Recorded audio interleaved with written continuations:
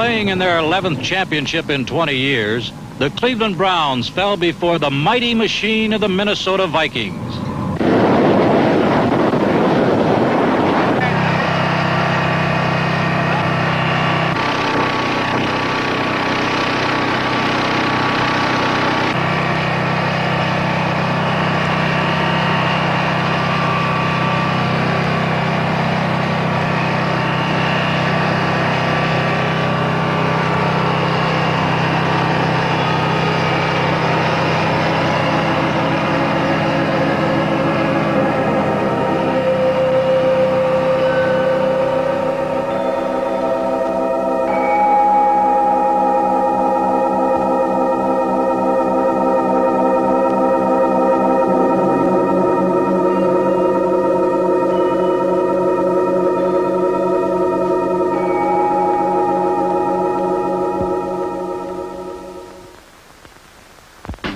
Cleveland's season opened in Philadelphia with some huge question marks.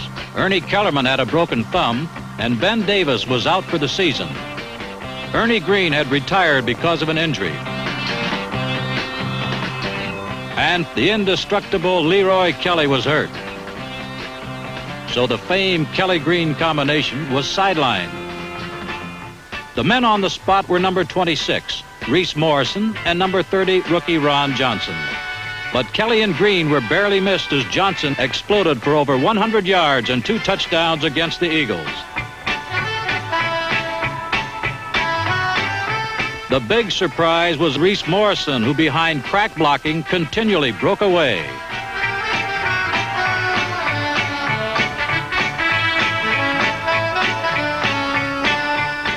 Morrison even emulated Kelly on the option pass. The receiver was medical marvel Milt Morin. Morin had undergone serious back surgery a few weeks before training camp, yet still opened the season. The young Browns had passed their first test of the season by sweeping past the Eagles and were off to a flying start in defense of their Eastern Conference crown. The next week, in the home opener, the injury-riddled Browns showed the resources were there to go right on winning.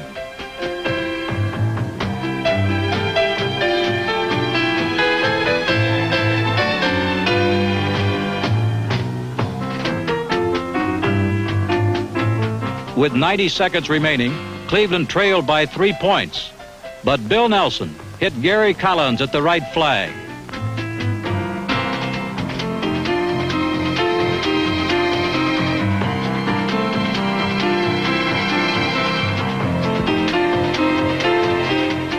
In a 27-23 thriller, the Browns had beaten the clock, the Redskins, and their old nemesis, Vince Lombardi.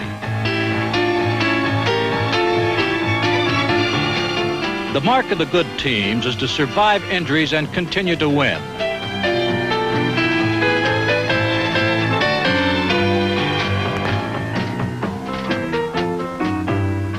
Through the first part of the schedule, the bench carried the team, and no one represented the reserves better than rugged Reese Morrison.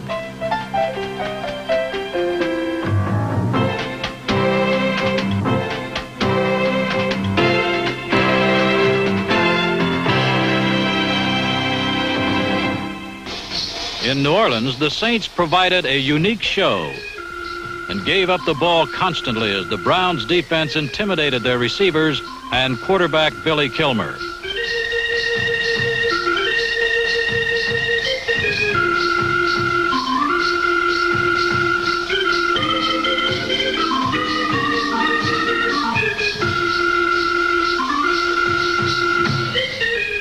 Recovery of 3 Kilmer fumbles paved the way to victory number 3.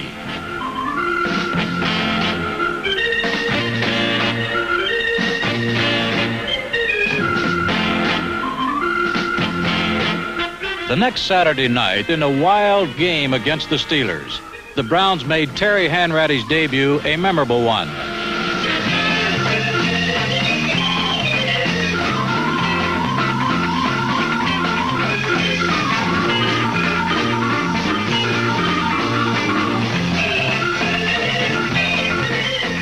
Despite the high scoring in this 4th Cleveland victory, It was the enterprising defense that again carried the load. Primary aim in '69 was to exert more influence on enemy quarterbacks.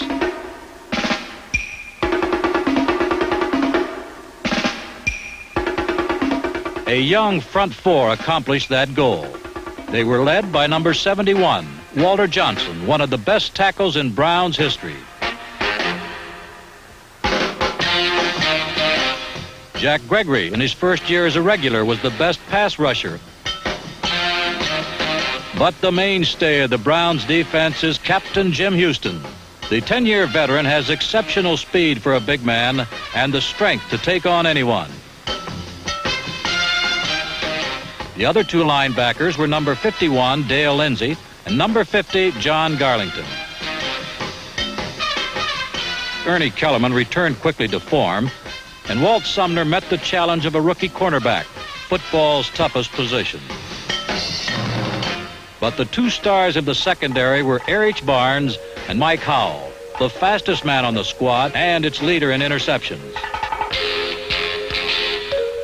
The steadying influence on Cleveland's young secondary is number 40, the old man Erich Barnes.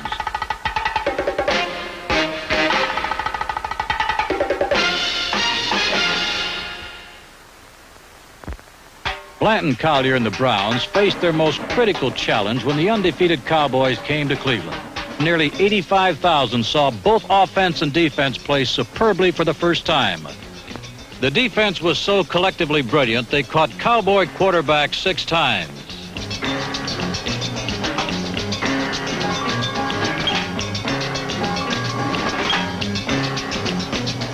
They received a standing ovation each time they left the field. Cleveland's offense put it together also. They were often running from the very first play.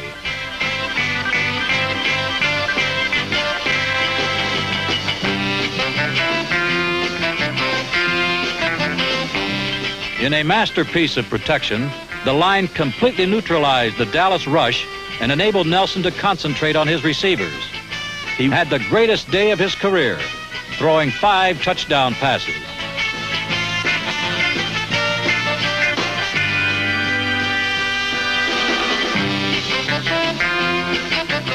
His accuracy so disorganized the Texans that when he hit Collins and Glass for touchdowns, no one was near them.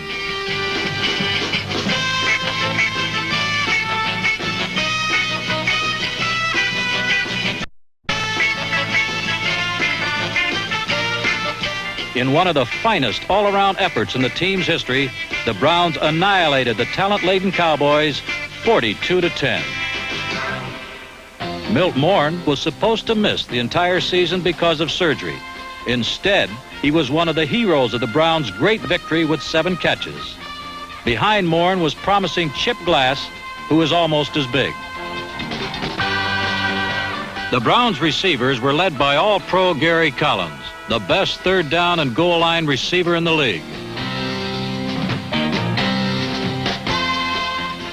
Collins uses his unusual size and strength to make the tough catch and the tough yardage.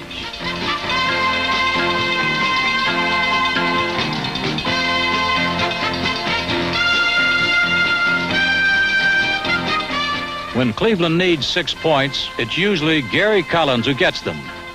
Every 4th catch he has made has been a touchdown.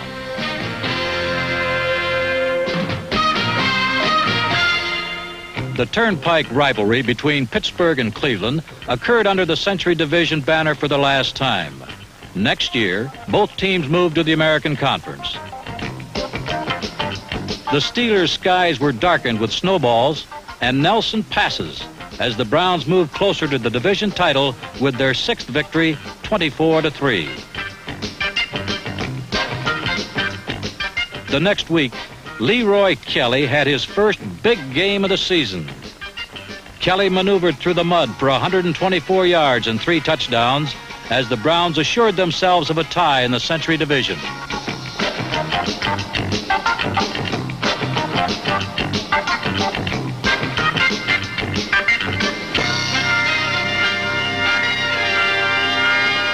This was the year the rushing reign of Leroy Kelly ended. Because of his injury, it took him a while to get going.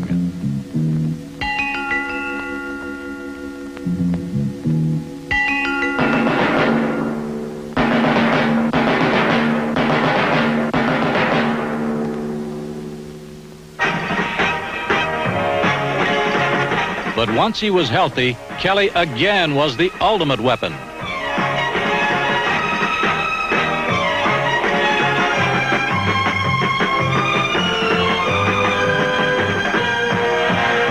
Despite missing considerable playing time, he gained over 800 yards and continued to be Cleveland's finest all-around player.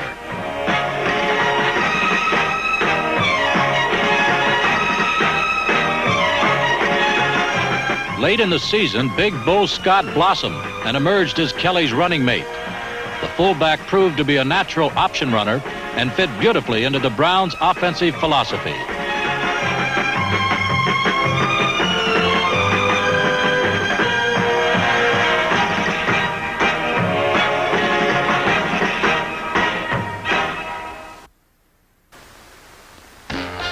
The game in sun-spangled Wrigley Field was billed as a duel between Kelly and Sayers. Led by number 40, Chicago was ahead by 14 points through most of the first half. The Cleveland ground game was stopped cold by the blitzing Butkus boys. But, as he has done so often, Bill Nelson provided the spark. He picked apart the Chicago secondary. The Browns rallied to draw even with the Bears.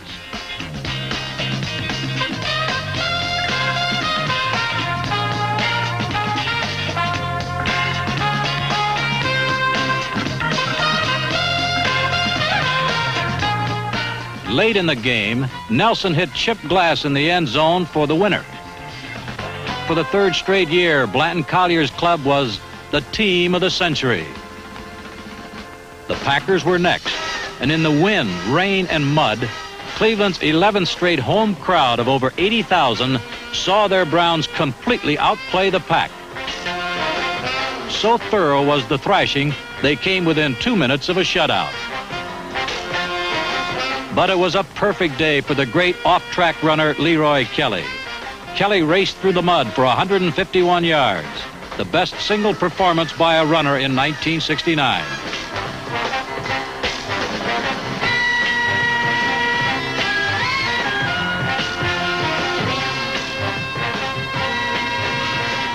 Cleveland's first score came on a great kangaroo catch by Paul Warfield.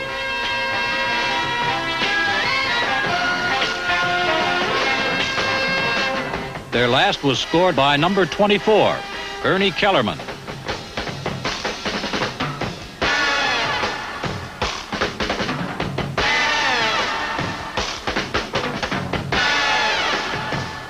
His face reflected the joy of a first touchdown in the pros. The crescendo continued to build for the playoff with Dallas. The next week in St. Louis, they got victory number 10, their 5th straight, as Nelson and Warfield combined on the Browns' longest touchdown of the year.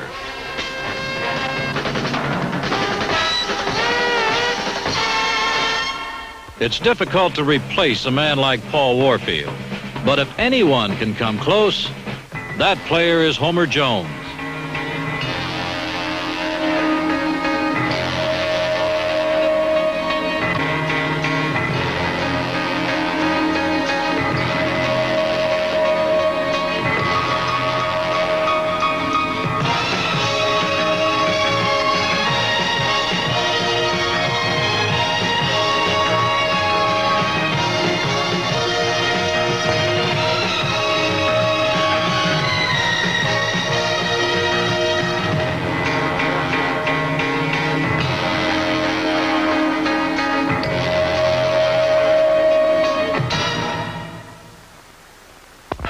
Wing post, on one, ready, break. The real pride of the Browns is their great offensive line. They epitomize the cohesion of football at its finest.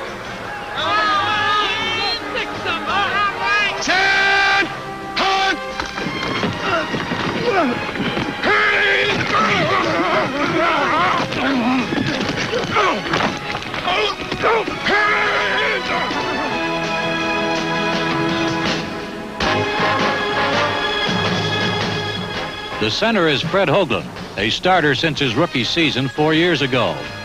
One of the tackles was number 73, 11-year veteran Monty Clark, now retired. Number 77, Dick Shaprath, is one of the fastest moving, finest blocking tackles in football.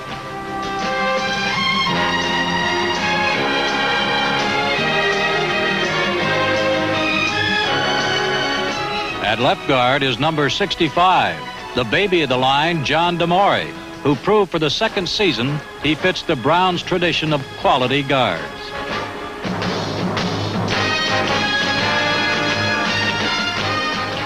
But the ace of the line is number 66, All-Pro guard Gene Hickerson.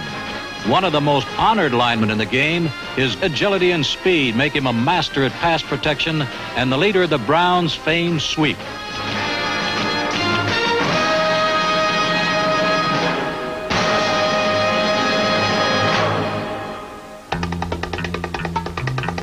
Important as the ground game is in Cleveland, the theme of the offensive line in '69 was protect Bill Nelson.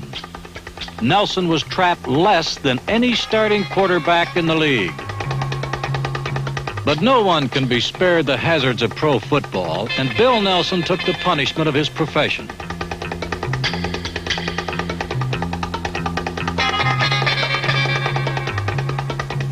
At times, his arm went dead, and his knees are worse than Namath's. In spite of this, Bill Nelson prevailed. He was the team's inspiration, their catalyst. Passing with pain and precision, he led the Browns to victory after victory.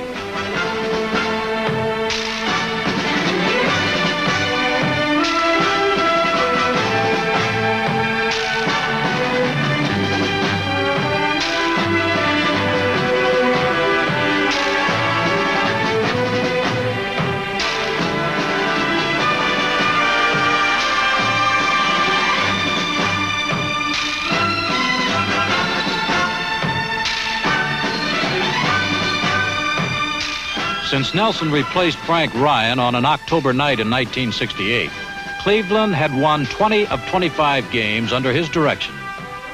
The ultimate judgment of a quarterback is the final score, and Bill Nelson has proved he is a winner.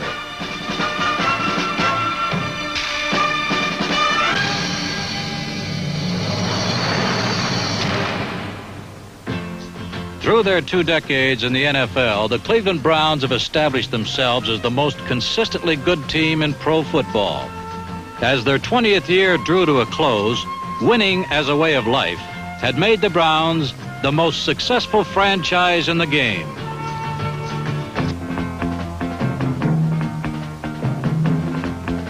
When Bill Nelson led his team into the playoffs against Dallas, most of the physical and psychological advantages belonged to the Cowboys. Then the game began, and so did a virtuoso performance by Admiral Nelson. Nelson propelled a barrage of sharp, short, and medium-distance passes that shredded the Cowboys' defense. His mastery of the third down methodically destroyed their secondary.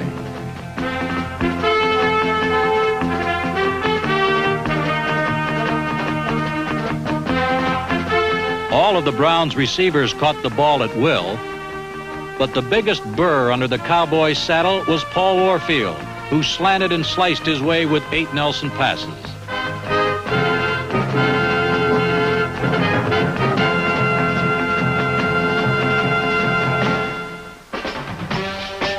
The Cleveland runners faced a Dallas ground fortress that had allowed a total of 3 touchdowns rushing in 14 games. Leroy Kelly and Bo Scott matched the total in 1 game.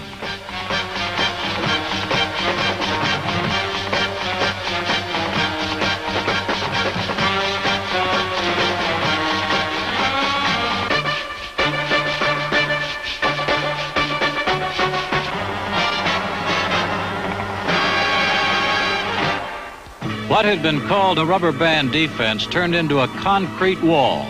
Calvin Hill was held to just 17 yards. The defense hurried hammered and hit Craig Morton so much that Dallas did not cross midfield in the first half.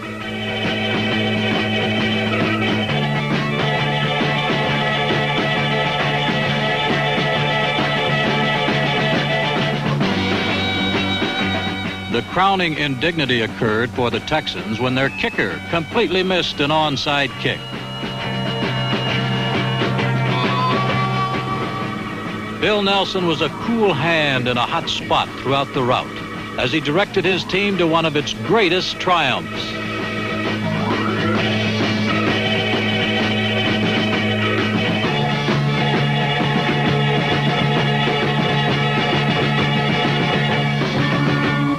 Come on, Dave!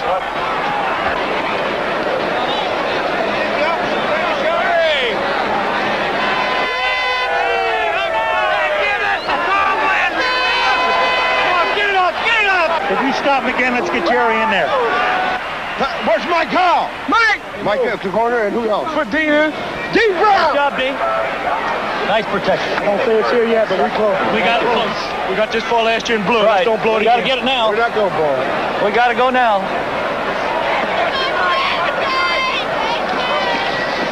How you feel, bro? How's your leg? How you feel, Lee? See what Hawk laid on him over there? What? The Dallas defense break out your swimsuits. That's up. Oh, Miami. Hawk's over there saying, hey, Cowboys, get your swimsuits ready. Cowboys, get your swimsuits ready. Hey, Marty, don't forget to pack our rubber bands. Where's Marty? Yeah, bring our rubber bands. Marty, make sure you pack those rubber bands. It's not over yet. I think the Rams and the Cowboys are going to put on quite a show. They should. All the talent they both got. Come on, defense. Stop them now. Hit him. Let's go. You rubber bands or what? Hit somebody. Get him. Get him. Get him.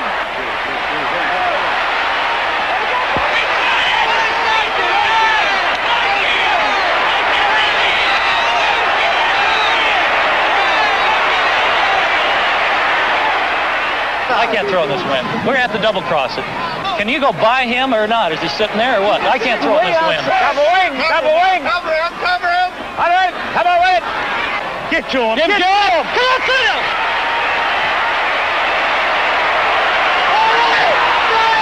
All the way, Walt. All the way, Walt. All the way, Walt. All the way, Walt. All the way, Walt. All the way, Walter.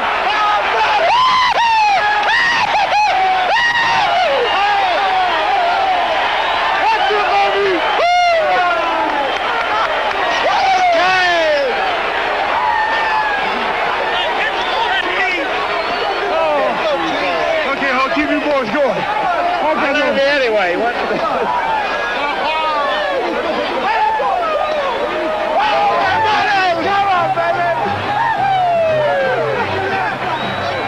Hey, where's the phone? I don't know. Through for the day. Through for the day. Everything's beautiful. Cleveland had won the conference title in one of the greatest victories in their 20 successful seasons in the NFL.